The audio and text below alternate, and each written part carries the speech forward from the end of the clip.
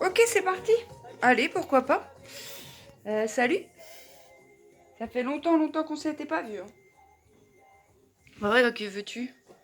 Quand ça s'ouvre et quand c'est moins ouvert, bah c'est ouvert autre part et on peut pas être partout. Hein. On peut pas être partout là, non. Et aujourd'hui, je crois que j'aimerais partager avec toi quelque chose qui me semble important de ramener dans le collectif en fait.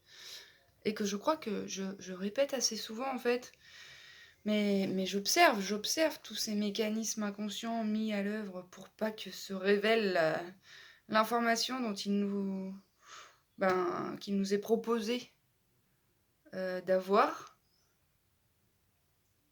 par l'expérience qui va nous générer une tension, certes, mais cette information, elle est nécessaire pour notre évolution et pour la recevoir pleinement, c'est pas intellectuellement parlant analyser la situation de pourquoi je me retrouve dans cette situation encore une fois, ou quoi qu'est-ce, c'est sinon plutôt dans le corps comment ça se goûte en fait, et de quoi j'ai besoin. De quoi j'ai besoin clairement là dans l'instant. Et en fait, je vous témoigne de ça parce que moi, dernièrement, c'est vrai que j'ai l'impression d'avoir été un peu malmenée par certains d'entre nous. Mais en fait, ce qui est intéressant d'observer, c'est que il n'y a personne qui peut mal me mener si je lui donne pas ce pouvoir-là. Et en fait, j'en parlais avec une amie, et c'est ça qui est très intéressant, c'est que finalement, je ne donne pas mon pouvoir d'entrée de jeu. C'est que toutes les expériences vont me permettre de le reprendre, ce pouvoir finalement, qui a toujours été là, mais qu'on m'a jamais montré en fait, que j'ai jamais habité pleinement. J'ai déjà eu des résurgences corporelles où je sentais en moi quelque chose de plus grand, mais je veux dire, tous les conditionnements, toutes les croyances limitantes, tout ce qui nous contraint l'expansion, je veux dire, ben, ça a toujours été en fait. Et c'est ok, ça fait partie du jeu, mais je trouve que c'est très différent de dire arrête de donner ton pouvoir à l'extérieur plutôt que c'est une opportunité pour le reprendre ton pouvoir. Tu vois, c'est pas une action que tu fais inconsciemment, ou peut-être que tu donnes ton pouvoir et qu'à un moment donné tu deviens conscient qu'il y a cette information qui descend de par une contraction en fait dans le corps entre. Enfin, voilà, pour moi la contraction elle est synonyme de. Man, entre ce que tu as eu l'habitude d'expérimenter et qui a été tout le temps validé, et ce qu'il est l'heure de faire advenir, il y a une légère différence en fait. Et du coup, comment tu le ressens dans ton corps, bah, c'est pas cohérent entre ce à quoi tu aspires et, euh, et ce qui est là vraiment. Et en fait, il se peut que tu observes des décalages et, et, et c'est très intéressant de s'en saisir ces décalages comme des boussoles de lignes directives. Je sais pas, moi, si par exemple je veux une carrière professionnelle épanouissante et qu'en fait peut-être je dis oui à chacun des petits boulots qu'on me propose parce que j'ai une insécurité relative à l'argent inconsciemment. Du coup, ben, plutôt que de m'offrir ce que je veux réellement, je vais prendre ce qu'il y a. Mais il se peut qu'à un moment donné, dans le secteur professionnel, je sens une incohérence en fait. Parce que c'est pas ce que je veux. Hein. Et peut-être que cette incohérence, elle est due au fait qu'il y ait une peur qui soit bloquée, une masse émotionnelle qui soit bloquée autour de cette croyance qui fait que en fait, tu vas manquer d'argent. Ce que j'essaie de dire, c'est que finalement, ok, que finalement, observons euh, toutes ces opportunités qui sont là pour qu'on vienne se récupérer. Et une fois qu'on a observé, après, il faut plusieurs choses. Hein. Il faut rester en présence de ce qui gêne dans le corps, en fait, parce que c'est pas l'extérieur le problème, si tant est que c'en est un, mais je veux dire, l'extérieur n'est qu'une façon de vous montrer ce qui, à l'intérieur, dysfonctionne. Mais c'est pas dysfonctionne parce que c'est ta faute, c'est toi qui l'as voulu. Dysfonctionne parce que depuis la nuit des temps, le vivant ne se goûte pas dans sa façon optimisée, optimale et puis originelle. Donc en fait, c'est ok, indépendamment de ton histoire de vie, de toute façon, tu vas avoir plein de trucs à mettre en place dans cette vie ou pas, si c'est pas ton chemin, je veux dire, mais il se peut que ce le soit. Et si c'est le cas, en fait, la seule porte d'accès qui pour moi fait sens, c'est finalement bien sûr qu'on peut comprendre le pourquoi du comment on réagit comme ça, il n'y a pas de souci, hein, c'est ok. Ça peut être très intéressant et très passionnant, mais ça ne change en rien la forme. La forme, pour la changer à l'extérieur, il faut changer le fond qui se trouve dans notre intérieur. Il faut éclater ces plafonds de verre qu'on a construits ou avec lesquels on est venu au monde, ou ceux qu'on nous a fait croire qu'il fallait bâtir pour recevoir de l'amour, en fait. Parce que tu sens bien que dans cette incohérence physique, bah, ça peut venir te démanger et te faire mal. Et ça, c'est pas de l'amour avoir mal, tu vois. Bah non. C'est ok, il y a de l'inconfort. Bah moi, je peux te dire que ouais, j'étais un petit peu blessée là, carrément. Parce que parfois des personnages très identifiés à leurs personnages qui souffrent en interne vont pas pouvoir faire grand chose d'autre que de faire souffrir en externe. Alors, bah ouais, c'est ok, mais j'ai pas envie de plus être touchée, hein. Parce que c'est bien quand je suis touchée comme ça aussi que je m'observe qu'il y a quelque chose qui n'a pas été respecté à l'extérieur pour moi. Et c'est bien parce que ça me touche que je peux me réajuster et dire attends, man, 3 secondes 12 là, cet agissement-là, j'en veux up. Bah ouais, non, mais en fait, c'est. Il y a plein de trucs dans ce que j'aimerais partager et c'est très large, ça peut être très complexe alors qu'en fait c'est très simple, c'est toujours, encore une fois, le corps.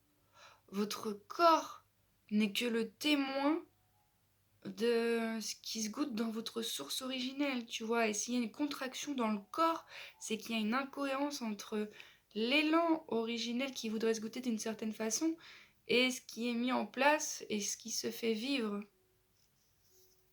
Et on va prendre un exemple concret parce que là c'est un peu le bulle quand même. Je vais prendre l'exemple de quelqu'un, voilà, qui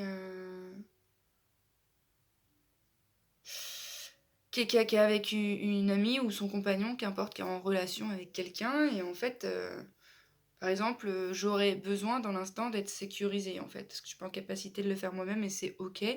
Et du coup, je vais attendre de l'autre qu'il le fasse, tu vois. Parce que j'ai besoin. J'ai besoin et j'ai envie et c'est ok. Et en fait, l'autre ne le fait pas. Et, et je vais en vouloir à l'autre qu'il ne le fasse pas. Et donc, ça va générer de la colère en moi et une insatisfaction que je vais dégueuler sur l'autre. Mais l'autre, en fait, si tu lui communiques pas ce que tu as besoin, si déjà de toi à toi, tu reconnais pas ce besoin et que tu l'extériorises pas pour le proposer au monde, si tu le tords sous couvert de l'autre, il ne va pas être en mesure de me nourrir ou il va pas comprendre ou ça va le déranger, mais c'est bien toi que tu rejettes en premier, en fait, ce faisant. Que l'autre, il soit pas en mesure de nourrir ton besoin, ça, tu n'en sais rien puisque tu ne l'as pas exprimé, ce besoin. Donc, en fait, que tu te serves d'une projection mentale qui se sert de l'autre pour minimiser et réduire et tordre ton élan intérieur, ça c'est ta responsabilité en fait. Parce que l'autre, c'est bien facile de l'incriminer. Bah ouais, c'est plus facile d'incriminer l'autre que de prendre la responsabilité qu'en fait, il n'y a personne d'autre que toi qui est en capacité de te sécuriser. Et te sécuriser, ça veut pas dire que je suis autonome dans mon sentiment de sécurité. Si tu as besoin de l'autre et qu'il te dise, euh, j'en sais rien, moi, t'es en sécurité, tu peux tout être, c'est ok en fait. On peut aussi se servir de l'autre pour ça. C'est ok. Mais je veux dire, le fait que tu ne fasses pas vivre ce besoin, c'est déjà de toi à toi, il y a une distorsion. Il y a une incohérence en fait. Tu juges déjà inconsciemment le besoin qui est tien comme étant quelque chose qui n'a pas lieu d'être. Et du coup, tu vas te servir de l'autre pour légitimiser le fait que ton besoin n'ait pas lieu d'être. Du coup, tu vas dire de l'autre qu'il n'est pas en capacité de te recevoir, alors que tu ne lui as pas demandé. Après, le fait que tu lui exprimes et qu'il ne nourrisse pas ton besoin, ça c'est autre chose.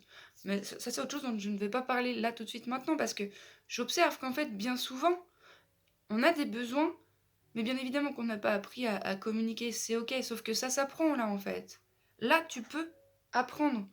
Là, tu peux apprendre à reconnaître ce qui est tien et tu peux te servir de l'autre pour nourrir ce besoin. C'est ok. Ça fait pas de toi quelqu'un de bouh, tu crains du slip, t'es pas autonome. Non, tout est en moi. Mais oui, mais tout est en toi, mais ce besoin d'être sécurisé par l'autre, il est aussi en toi.